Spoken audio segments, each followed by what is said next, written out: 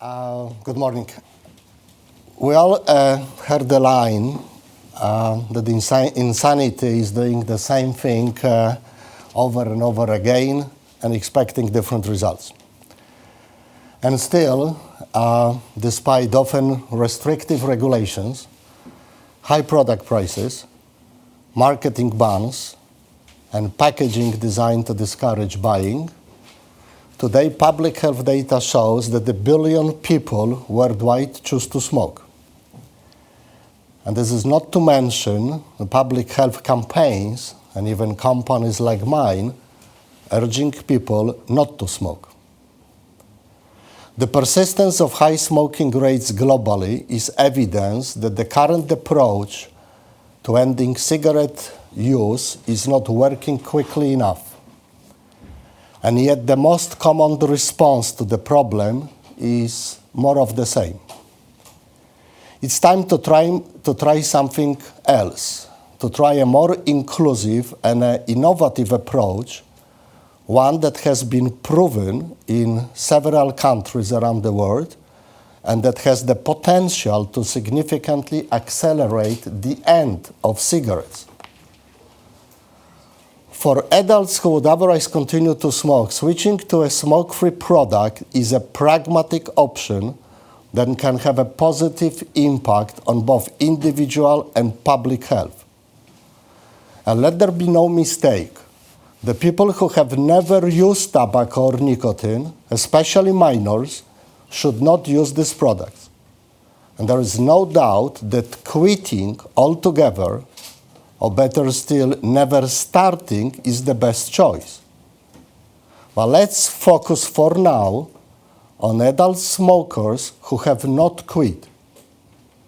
Today, thanks to smoke-free products, those 1 billion people have better options than continuing to smoke. And because of these options, we can begin to imagine an accelerated decline in smoking and associated diseases, and not by a little, but by a lot. Here's the curious thing. When I am moving Philip Morris International out of cigarettes, but the faster I go, the more people shout at me. Our mission is clear: to reduce smoking by replacing cigarettes with less harmful alternatives. The cigarettes belong in museums. Since 2016, my company has fully committed to moving away from cigarettes, the most harmful form of nicotine consumption. We have invested more than $10.5 billion in developing and commercializing smoke-free products, which today account for nearly 35% of our total net revenues. Our ability to make further progress is being blocked by those who are blindly guided by a desire to see an end to the industry rather than an end to cigarettes. And this is very frustrating. This, together with an over-reliance on the so-called precautionary principle, which some interpret as better not to do anything until we know everything, results in government inaction and more of the same. Today's environment and rhetoric make it easier for governments and regulators to do nothing on smoke-free alternatives. It's perceived as safer for political careers to abstain from the debate completely rather than be seen as siding with us. But in the end, this is just prolonging the life of cigarettes and risk shortening the lives of those who use them. For smokers today, inaction is not the neutral position. It is a choice with real-world outcomes. We are entering what Churchill called a period of consequences. It is no longer a case if these smoke-free alternatives are better than cigarettes. It is a case of by how much they are better. Using the World Health Organization's data, the estimates and methods, we have calculated the potential positive public health impact of the world smokers switching from cigarettes to less harmful smoke-free products. This hypothetical model shows that if these products are assumed to be 80% less risky than cigarettes, and if people who currently smoke were to switch to them completely, then over their lifetime there is a potential for a 10-fold reduction in smoking attributable deaths compared with historical tobacco control measures. Well, let me repeat that hypothesis.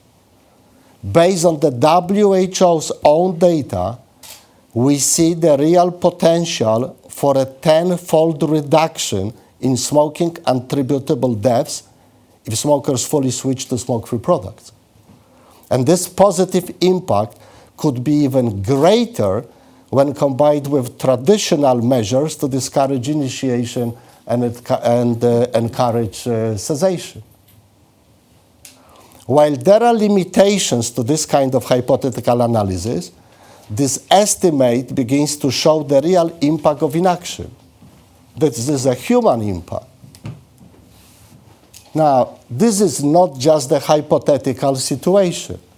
Look at public health data in Sweden, a country that today boasts one of the developed world's lowest smoking rates at around 5%. There, a snus, a non-combustible form of a moist tobacco that is placed between the lip and the gums, is the most commonly used alternative to cigarettes. According to this data, mortality rates due to tobacco use in Sweden are much, much lower than in any EU country where snus are banned.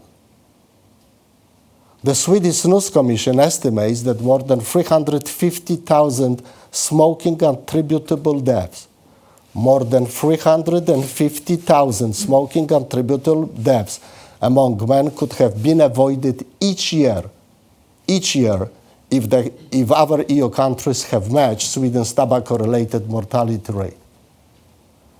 We can also look at Japan, which has seen rapidly declining smoking rates since the introductions of heated tobacco products in 2014. Just like in Sweden, these non-combustible products are beginning to replace cigarettes.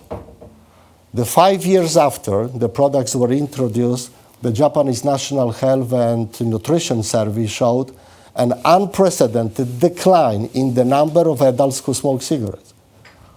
More recent studies show that the pace of decline has continued, and today only about 12% of Japanese adults smoke. And while more research is needed, we are beginning to see the emergence of encouraging data hinting at the positive impact on public health already. Now contrast this with Japan's neighbor Singapore, where smoke-free products are banned, while cigarettes allowed.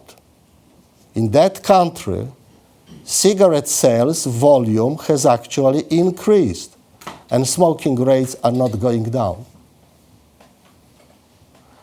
Despite all this evidence, the policy of inaction continues in many places and preventing less harmful products from replacing the cigarettes. When governments and organizations that lobby them prevent men and women who continue to smoke from accessing less harmful alternatives, and when they perpetuate misinformation about these products, it has a direct correlation to the persistence of smoking. So my question is, will governments that ban these products or treat them like cigarettes take responsibility for the consequences? Will society stand up and call out the organizations that are blocking progress? Or will this insanity persist, leaving us with more of the same, and millions of people needlessly continue to smoke? It's time for more countries to follow the lead of Sweden, Japan, and other countries such as the UK. It's time for all anti-tobacco organizations to stop fighting against us and start fighting for adults who smoke. Just imagine the impact of a potential 10-fold further reduction if all current adult smokers were to fully switch to for the remainder of their lives to smoke-free products. And this compared with the historical measures alone, etc. It's time to work toward the common goal of delivering effective policies that make cigarettes a historical artifact, a museum piece collecting dust behind glass cases. We need to remember that there is a real human impact of inaction. And because not taking an evidence-based decision on smoke-free products today is a decision with consequences. Thank you.